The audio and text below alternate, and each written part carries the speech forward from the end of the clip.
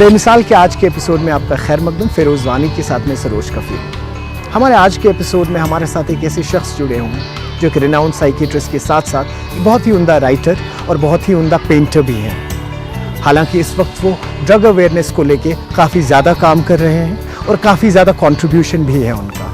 जी हाँ, हम बात कर रहे हैं डॉक्टर मंजूर की। चलिए मुलाकात करें।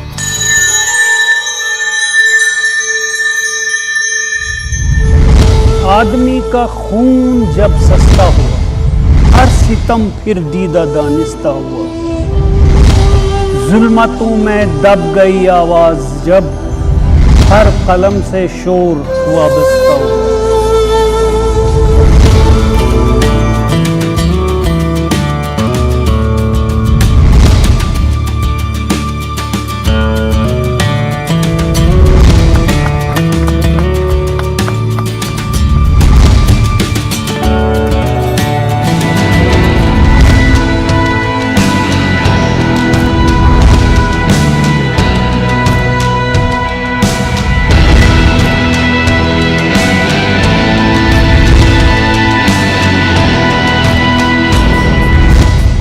न्यूज़ 18 से जुड़ने के लिए आपका शुक्रिया। आप काफ़ी बिजी रहते हैं, जानते हैं हम।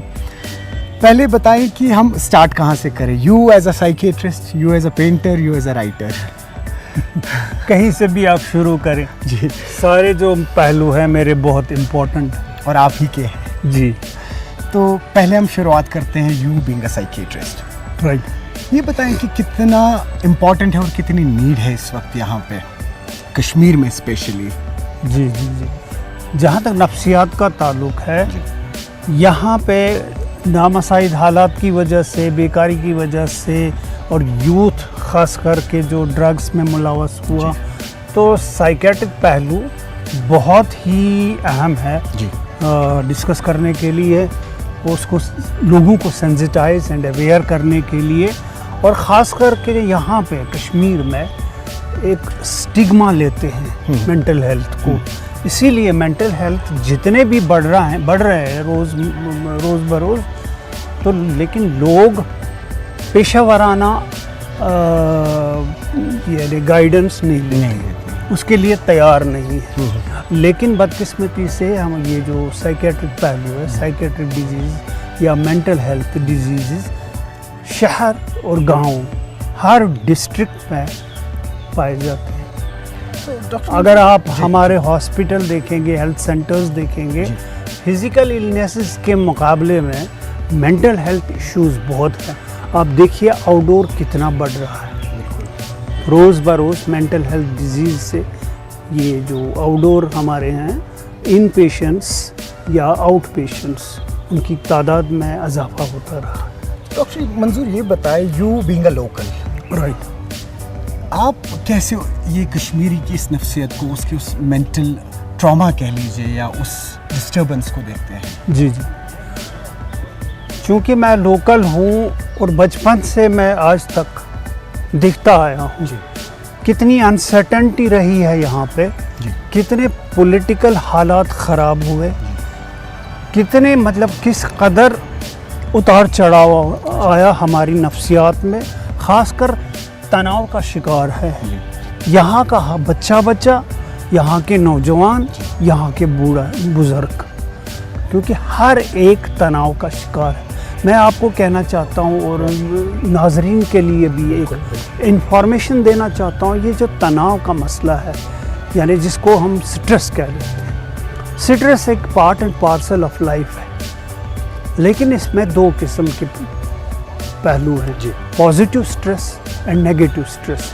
पॉजिटिव स्ट्रेस बहुत अहम है ज़िंदगी बढ़ाने के लिए, प्रोग्रेस के लिए। अगर छोटे बच्चे को स्ट्रेस नहीं होगा तो वो पढ़ेगा नहीं, वो एग्ज़ामिनेशन पास नहीं करेगा, ड्यूटी करने वाला ड्यूटी नहीं करेगा सही रंग से, अगर पॉजिटिव स्ट्रेस नहीं है। लेकिन नेगेटिव स्ट्रेस को हम इतना बड़ा चढ़ा के पेश करते हैं और अपने अंदर ही लेते हैं, और वो बढ़ के उसमें इजाफा हो के वो एक डिसऑर्डर बन जाता है, वो नॉर्मल नहीं रहता वो तनाव। हालांकि मैंने पहले ही आपको कहा तनाव एक नॉर्मल पहलू है, नॉर्मल जज्बात हैं, और नॉर्मल स्ट्रेस कहें, जी। हर एक के हिस्से में ये सिट्रस का होना बहुत ज़रूरी है प्रोग्रेस के लिए। लेकिन हम इस सिट्रस को इससे जूझते रहते हैं और इस सिट्रस को हम नेगेटिव पहलू में चेंज कर लेते हैं। तो डॉक्टर साहब ये बताएं कि हालांकि जो इस वक्त एडमिनिस्ट्रेशन है या बाकी लोग एनजीओज़ की बात कर लें आप, इनफैक्ट कश्मीर पुलिस है इस वक्त, काफ़ी ज़्यादा वोसिफोरसली बाहर कैंपेन्स हो रहे हैं, एंटी ड्रग अवेयरनेस के कैंपेन्स हो रहे हैं। और अपने लेवल पे, ग्रास रूट लेवल पे अगर आप यहाँ पे मोहल्ले देखें, वहाँ की मस्जिदें जो हैं वो भी अक्सर इस पे फोकस करते हैं, ऐलान होते हैं अक्सर कि अपने बच्चों को इस वबा से बाहर निकालें। अचानक से एक राइज हो गया कि यहाँ के बच्चे जो हैं वो ड्रग की तरफ आ गए। देखिए मैं बताऊंगा, इसमें बहुत सारे वजूहात भी हैं। बिल्कुल। और ये नहीं है कि हम कोशिश नहीं करते, क्योंकि मैं पहले नाजरीन के लिए भी ये भी बताना चाहता हूँ, जो यहाँ सबसे बड़ा de addiction centre, rehabilitation centre जो पुलिस महकमा ही चलाता है, वही स्पॉन्सर करता है, मैं वहाँ काम करता हूँ। और मैंने देखा हज़ारों की तादाद में बच्चे, हमारे बच्चे, नौजवान नस्ल इसमें पड़ गए। Basically this is outcome of stress, जो नेगेटिव स्ट्रेस हमारे बच्चों में है। और ये एक फ़रार इख्तियार करना चाहते हैं। फ़रार के कई तरीके हैं। लोग पहले फ़रार करते थे तो वो बिल्कुल झगड़ालू बन गए थे, ठीक है। वो अपने स्ट्रेस को एक्सप्रेस करने के लिए वो बिल्कुल एकदम एंगर का रास्ता और वेंट आउट। रैश ड्राइविंग है, करेक्ट, स्टंट रास्ते में कर लेते हैं, या माँ बाप के साथ झगड़ा, एक वो बिल्कुल उनके बातों पर अमल नहीं करते, एकदम रिवोल्ट कर लेते हैं। और इसमें ड्रग एडिक्शन है, इसमें बहुत सारे चैलेंजेस हैं हमारे लिए।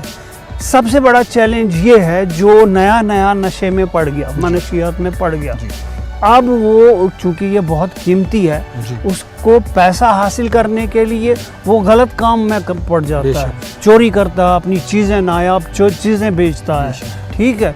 और अगर पैसा ना मिले चोरी करने से या अपनी नायाब चीज़ें डिस्पोज ऑफ करने से, तो then he goes for paddling.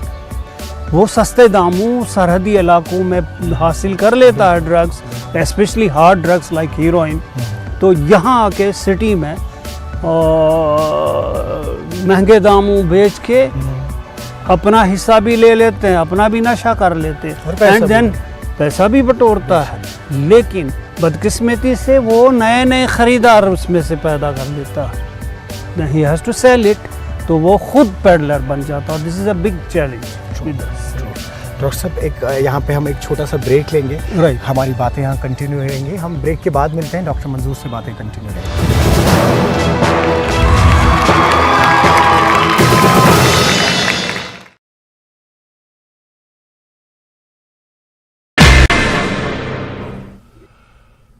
नमस्कार, आप देख रहे हैं धार भी रफ्तार भी, मैं हूं आपके साथ अबू हुरैरा। ये खबरों को देखते हैं फटाफट अंदाज में। लेफ्टिनेंट गवर्नर मनोज सिन्हा का राजबाग दौरा, झेलम रिवर फ्रंट को आवाम के लिए किया वक्फ। झेलम रिवर फ्रंट में रखी गई है मुफ्त वाईफाई और साइकिलिंग की सहूलत, एक लाइब्रेरी भी कायम करने का मंसूबा। G20 में शिरकत करने वाले मंदूबीन की मेहमान नवाजी की हो रही है तैयारियां। मंदूबीन के लिए तैयार किए जा रहे हैं 50 मुख्तलिफ खुसूसी पकवान।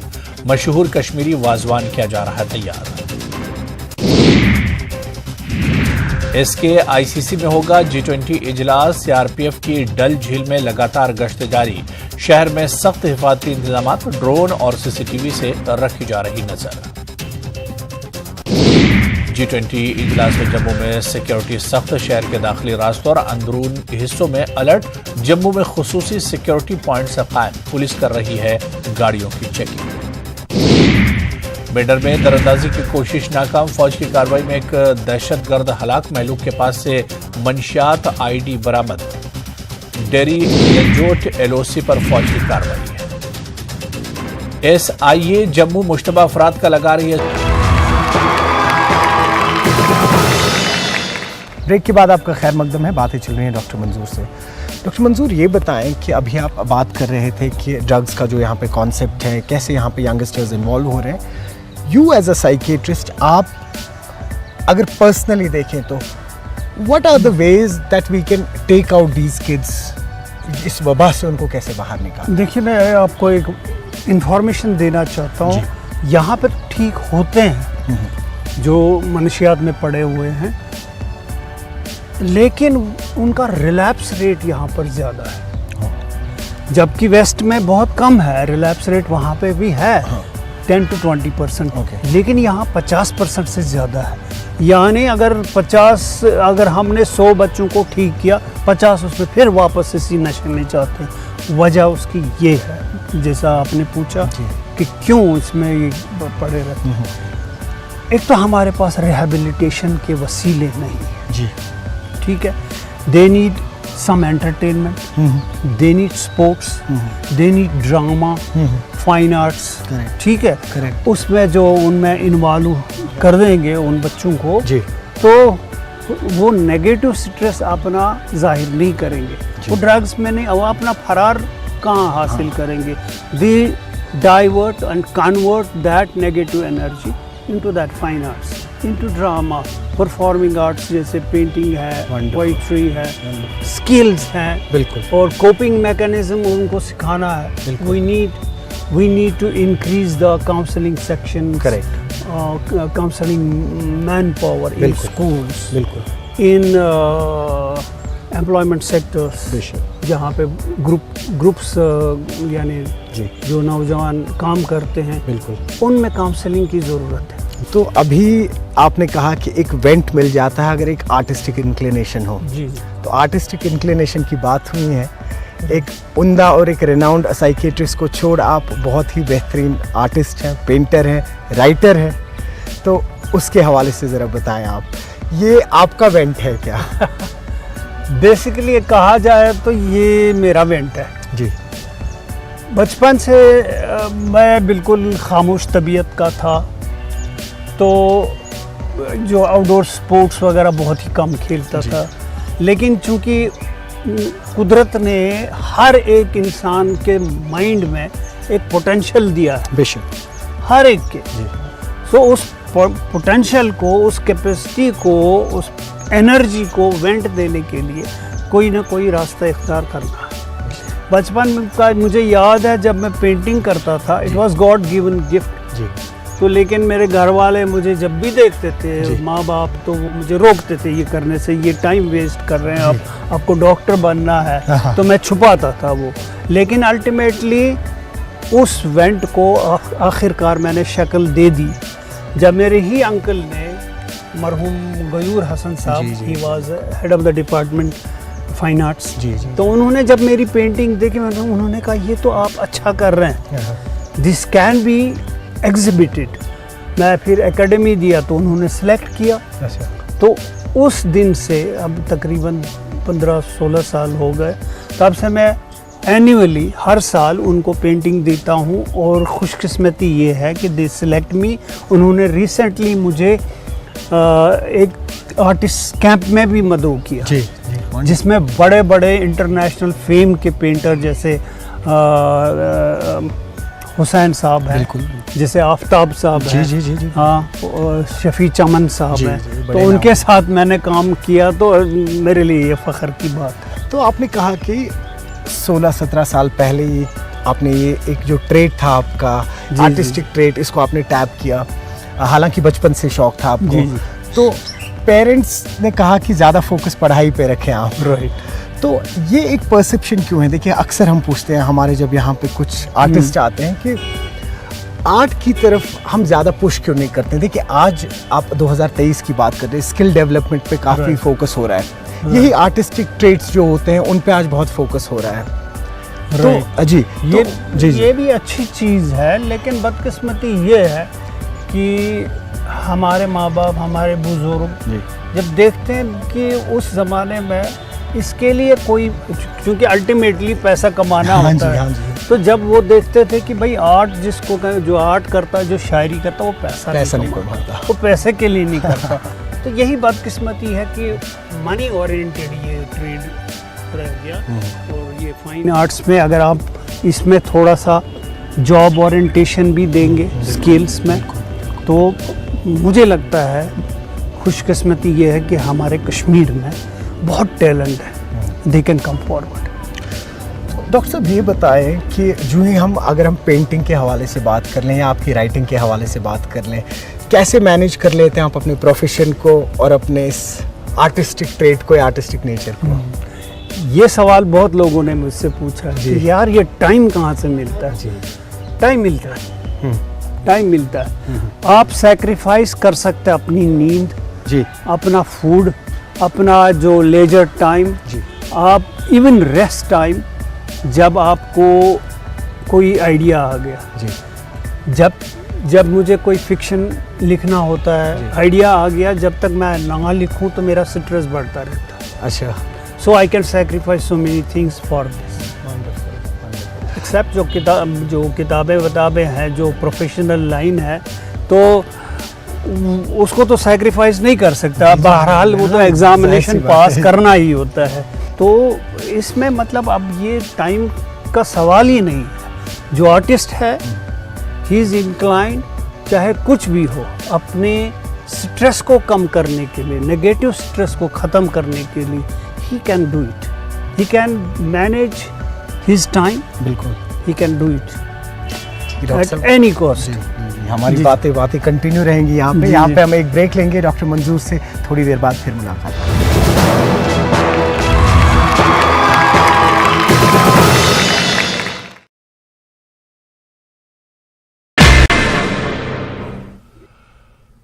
नमस्कार, आप देख रहे हैं धार भी रफ्तार भी, मैं हूं आपके साथ अबू हुरैरा। ये खबरों को देखते हैं फटाफट अंदाज में। लेफ्टिनेंट गवर्नर मनोज सिन्हा का राजबाग दौरा, झेलम रिवर फ्रंट को आवाम के लिए किया वक्फ। झेलम रिवर फ्रंट में रखी गई है मुफ्त वाईफाई और साइकिलिंग की सहूलत। एक लाइब्रेरी भी कायम करने का मंसूबा। G20 में शिरकत करने वाले मंदूबीन की मेहमान नवाजी की हो रही है तैयारियां। मंदूबीन के लिए तैयार किए जा रहे हैं 50 मुख्तलिफ खुसूसी पकवान। मशहूर कश्मीरी वाजवान किया जा रहा है तैयार। इसके ICC में होगा G20 इजलास। CRPF की डल झील में लगातार गश्त जारी। शहर में सख्त हिफाजती इंतजाम, ड्रोन और CCTV से रखी जा रही नजर। G20 इजलास में जम्मू में सिक्योरिटी सख्त। शहर के दाखिली रास्तों और अंदरून हिस्सों में अलर्ट। जम्मू में खुसूसी सिक्योरिटी पॉइंट कायम। पुलिस कर रही है गाड़ियों की चेकिंग। बेडर में दरअंदाजी की कोशिश नाकाम। फौज की कार्रवाई में एक दहशतगर्द हलाक। महलूक के पास से मंशियात ID बरामद। डेरी लंजोट LOC पर फौज की कार्रवाई है। SIA जम्मू मुश्तबा अफराद का लगा रही है सुराग। मशकूक कम्युनिकेशन ऐप के लिए इंटरनेट कनेक्शन का गलत किया जा रहा था इस्तेमाल। 2 मकामात पर 43 अफराद के मोबाइल और कंप्यूटर डिवाइस की हुई है तस्दीक। सर्च ऑपरेशन जारी। जम्मू कश्मीर में NIA के छापे। पुलवामा, हंदवाड़ा समेत मुख्तलिफ मकामात पर की जा रही कार्रवाई। पाकिस्तान में मुकीम गिरोहों की तरफ से दहशतगर्दी की साजिश से मुतालिक मामले में छापे। घरेलू तनाज़े को लेकर बाप बेटी के दरमियान हुई लड़ाई। बेटे ने किया अपने ही बाप का कत्ल। पुलिस ने दर्ज किया मामला। कातिल गिरफ्तार। देसी शराब की फरोख्त बनी मौत की वजह। मंशियात के खिलाफ रैली का इनेकाद।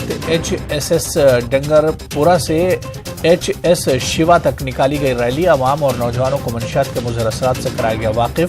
रैली में तलबा की शिरकत।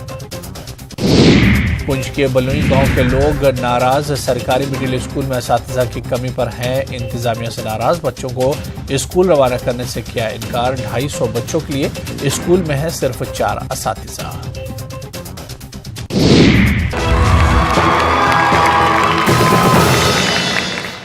ब्रेक के बाद आपका स्वागत है। इंटरेस्टिंग बातें चल रही है डॉक्टर मंजूर से। डॉक्टर साहब ये बताएं, अभी आप बात कर रहे थे पेंटिंग की, राइटिंग की। आपकी इंस्पिरेशन कौन है when it comes to painting और राइटिंग और आर्ट? देखिए, एक मेरा माहौल था जी। सच्ची बात यह है कि मैं उस घर में पैदा हुआ। माय फादर मरहूम सजूद सैलानी, he was a good drama writer. बहुत उम्दा, बहुत मशहूर है नाउन। मेरे छोटे भाई हैं जी, he was very good drama शौकत शायरी। जी जी बिल्कुल बिल्कुल। तो गयूर साहब का अब तो मैंने पहले ही कहा। इस माहौल के साथ साथ हमारे घर बहुत सारे जो फनकार आते थे, शायरी डिस्कस करते थे या फिक्शन डिस्कस करते थे, या आर्टिस्ट्स को जो अदाकार हो उनको समझाते थे कि रोल आपको क्या उनकी करना है, लाइंस देते थे, लाइंस देते थे, या स्टेज आर्ट क्राफ्ट वगैरह सब। I used to pick it up. जब भी मैंने कोई अफसाना पढ़ा, कोई शायरी पढ़ी, किसी की भी शायरी पढ़ी, तो मुझे अंदर से लगा कि मैं भी कर सकता हूँ। मैंने कोशिश की और बहुत हद तक कामयाब भी रहा। मैं भी कर सकता हूँ। और आप उस जो अल्लाह ताला ने एनर्जी दी है आपके माइंड में, आपकी बॉडी में, जब आप बॉडी को इस्तेमाल करेंगे तभी आप पहलवान बन सकते हैं। Isn't it? जी बिल्कुल। अच्छा, अगर हम कहें कि किस तरीका का जॉनरा रहता है आपका राइटिंग का, जी, तो आप कैसे एक्सप्लेन करेंगे उसे? सपोज हम कहते हैं कि नफ्सियात पे, जब शेक्सपियर जी। बहुत खूबसूरत लिखते थे, रिश्तों Right. और नफ्सियात को बहुत Right. अच्छे से जोड़ पाते थे। राइट। क्योंकि मेरा वो जो प्रोफेशन है साइकेट्री, तो अगर आप मेरे शॉर्ट स्टोरीज पढ़ेंगे, अफसाने पढ़ेंगे या कोई शायरी में, मैक्सिमम उसमें साइकेट्रिक एलिमेंट होता है। होता ही है। असर भी बहुत होता है कि तिब के हवाले से। और पेंटिंग्स में भी। जी जी।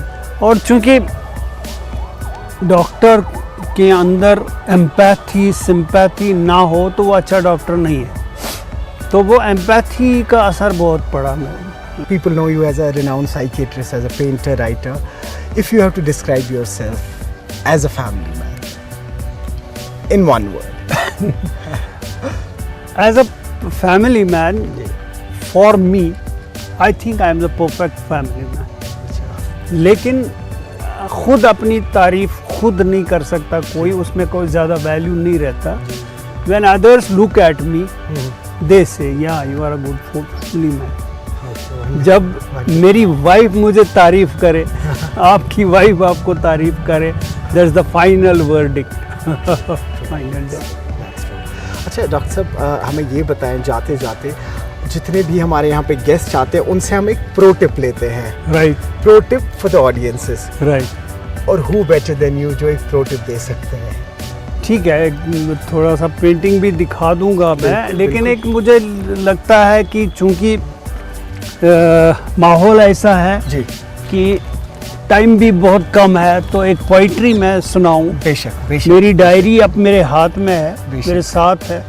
जो कोई भी पोइट्री मैं आपको सुना दूं तो बेशक प्लीज। अर्ज किया है कि पर्दा हालात के चेहरे से उठाया जाए, पर्दा हालात के चेहरे से उठाया जाए, मेरे मुंसिफ को कचहरी में उतारा जाए। क्या बात है। दर्द कुछ ऐसे बयां हो कि वो महसूस करे, या फिर हर जख्म को लोगों से छुपाया जाए। क्या बात। रास आई नहीं तस्कीन की मंजिल कोई, मुझको अनजान सी राहों में उतारा जाए। कितने कमजोर हैं, कितने कमजोर हैं, पायाब में भी डूब गए। पायाब समझते हैं आप? पाया बताएं। पायाब याब होता पानी, जी। यानी जो पाँव पाँव पे है, ही पाँव, बस उतना ही पानी है दरिया में।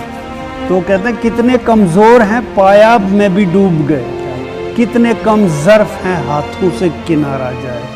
मेरा कातिल भी वही, मेरा मुंसिफ भी वही, मुंसिफ तो जज हो जाए। मेरा कातिल भी वही, मेरा मुंसिफ भी वही, किससे इंसाफ मेरे दिल का कराया जाए। अगर टाइम हो तो दूसरी शायरी बेशक प्लीज प्लीज प्लीज। नज़म सुनाऊंगा जी। आदमी का खून जब सस्ता हुआ, क्या बात। आदमी का खून जब सस्ता हुआ, हर सितम फिर दीदा दानिस्ता हुआ। जुल्मतों में दब गई आवाज जब, हर कलम से शोर वाबस्ता हुआ। कुछ ज़माने की हवा भी तेज़ है, कुछ हमारा हाल भी खस्ता हुआ। जब मिली क़ुर्बत रफ़ीकों की मुझे, रफ्ता रफ्ता मैं भी शाइस्ता हुआ। अब ये अर्ज किया है, इसको समझिए जरा। ढल गया जो सूरतों में वो खुदा, ढल गया जो सूरतों में वो खुदा, आदमी आहिस्ता आहिस्ता हुआ। क्या बात है, क्या बात है। गुम हुआ मंजूर सहरा में कहीं, गुम हुआ मंजूर सहरा में कहीं, छोड़कर एक आशियाँ हंसता हुआ। बहुत बहुत ये नज़म मैंने उस ज़माने में लिखी थी जब मैं सऊदी अरब में काम करता था, तो इसीलिए आपने ये मक्ता सुना होगा कि गुम हुआ मंजूर सहरा में कहीं, छोड़कर एक आशियाँ हंसता हुआ। डॉक्टर साहब एक मैसेज देना चाहेंगे जी जी। हमारे ऑडियंसेस को, specially you being a psychiatrist, जैसे मैंने आपसे कहा, हमारे एक नौजवानों के लिए एक मैसेज दे दीजिए प्लीज़। राइट जी। देखिए, मैं नौजवानों के लिए ख़ासकर एक मैसेज देना चाहता हूँ कि stress is part and parcel of life. हर एक को स्ट्रेस होता है, तनाव जिसको कहते हैं, और अगर स्ट्रेस नहीं होगा वी विल नॉट प्रोग्रेस। और लेकिन उसके भी अपने हदूद होते हैं जी। जब स्ट्रेस हद से बढ़ जाता है तो ये डिसऑर्डर बन जाता है, डिजीज़ बन जाती है। तो ऐसे मामलों में हमें सरेंडर नहीं करना चाहिए। हम बहुत सारे लोग हेल्पलेस और नाउम्मीद हो जाते हैं, और कुछ लोग तो ख़ुदकुशी के बारे में भी सोचते हैं। बिल्कुल। ऐसा करना बहुत ही घिनौना जुर्म भी है और गुनाह भी। हमारे पास बहुत सारे मेंटल हेल्थ वर्कर्स हैं, काउंसलर्स हैं, या आप अपने माँ बाप के साथ शेयर किया करें। आप फरार इख्तियार न करें। अपना जितना भी स्ट्रेस है जो बियॉन्ड लिमिट्स जाता है, या जो आपको लगता है ये नेगेटिव स्ट्रेस ज़्यादा बढ़ रहा है, या हम जहनी दबाव या डिप्रेशन का शिकार हो रहे हैं, तो आप नेगेटिव मत सोचिए। अपने माँ बाप के साथ शेयर करिए, कोई मुखलिस दोस्त है उसके साथ शेयर करिए, या काउंसलर्स, मेंटल हेल्थ काउंसलर्स हैं या डॉक्टर्स हैं, उनके साथ शेयर करिए, और इस तनाव से निकल बाहर आइए। और मेरी तरह आप खेल कूद में या फाइन आर्ट्स में या लिटरेचर में अपने आप को डालिए, देखिए आपको कितना सुकून मिलता है। Thank you so much for giving us your time sir. Thank you so much again. Thank you very much.